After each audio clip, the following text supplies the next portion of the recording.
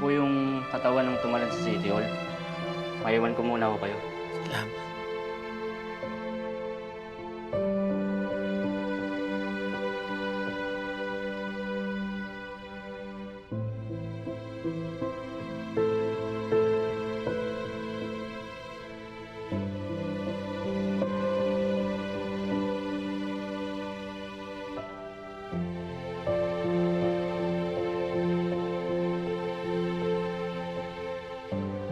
Huwag mo itong kakalimutan, ha? Kung nasaan ka, nandun din ako. Hanggang sa ating pagtanda. Matilde, marami akong pangarap sa buhay. At sa lahat ng pangarap na to, gusto ko kasama kita. Pumapahig ka bang ako maging kabiyak ng iyong puso? Oo, siyempre. Oo. Nung nawala ka sa akin, naniniwala ako. Umaasa ako na magkikita tayo. At hindi ako binigong pakinggan ng langit. Hindi na ako papayag na kunin ka ulit nila sa akin. Bitawan mo siya! Tandang ko kay Alfredo ang buhay ko. Alfredo! Handa ako itaya ang buhay ko para sa'yo. Patawad sa gulong pinasok mo nang dahil sa buhay ko. Patawad sa kinalabasan ng matagal mong paghihintay na magkasama tayong uli. Pero masaya ako na sa hanggang huli, tayo ang magkakampi. Hindi ako panghihinaan ng loob. Itutuloy ko ang laban sa mga giyero. Bibigyan ko ng hustisya ang pagkapatay mo.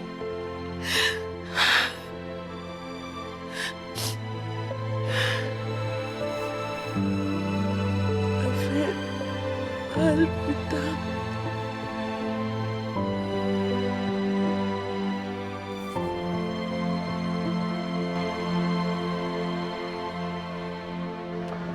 Sir.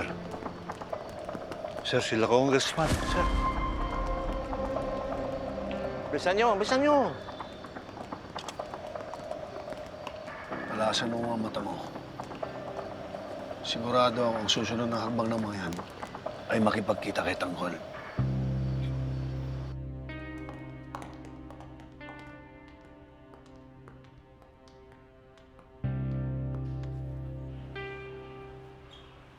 Hindi. Bikiramay kami, ha? Salamat. Ano ho ba talagang nangyari? Sabi ho nila, sadyang tumalon daw ho si Mang Alfredo. Hindi kayang gawin na ni Alfredo. Mga giyero ang may kagagawa nito. Pinutahan lang naman ako ni Alfredo para ipagtanggol kay ng Gustavo. Kinuha nila si Alfredo, kinulong ako. Nung makalabas ako, doon ko na lang nakitang nahulog na si Alfredo. Pinapahamak, nilalason, at ngayon pinapatay na nila mga taga-Maynila. Kailangan mamulat ng lahat sa katotohanan ang mga gerero ang pumapatay sa lungsod natin. Dapat malaman nila ang tunay na pumatay kay Mang Alfredo. Lahat ng CCTV camera, pinacheck ko yan eh. Nung oras mismo namatay si Alfredo, maniwala kayo sa hindi gumagana. So sa ngayon, wala pa talaga tayong ebidensya kung anong nangyari. Namatay si Alfredo na tayo lamang nakakaalam ng buong katotohanan. Pero napakaraming kasalanan ng mga giyero na kailangan nilang pagbayaran. Doon lang natin mabibigyan ng hustisya ang pagkamatay ni Alfredo. May mga dokumento akong mga OR, CR na mga lumang ambulansya na binili nila. Ang orihinal na may-ari, si Divina Mondragon. Ibina Mondragon. Sige, Tinding. Papa-imbestigahan ko yan kung sino yung Mondragon na yan. Salamat. Salamat sa inyo. Kami na ho munang bahala sa pag-aasikaso kay Mang Alfredo. Hindi. Kailangan umuwi muna tayo. Magpahinga muna. Kailangan namin ang lakas mo para lumaban sa mga gerero. Salamat sa inyo.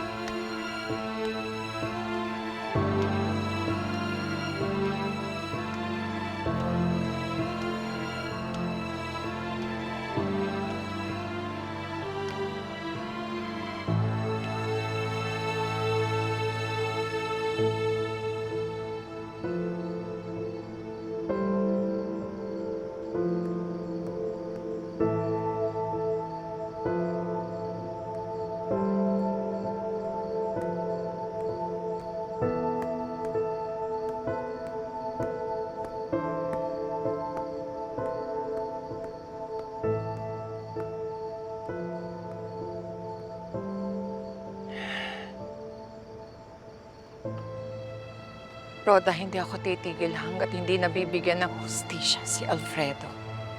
Tinding, hindi natin kayang tapatan ang mga gerero. Kailangan kong makausap si Tanggol.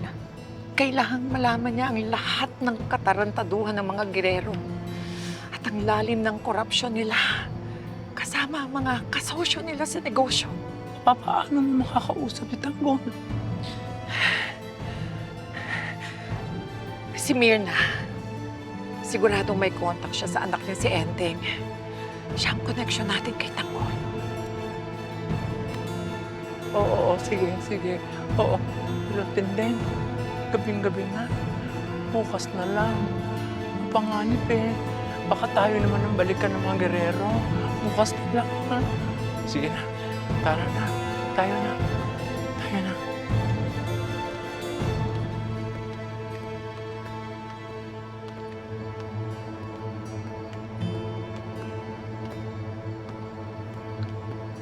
Sundan mo. Sir, wala namang kasalanan si Allen Tinding sa mga gerero, ah.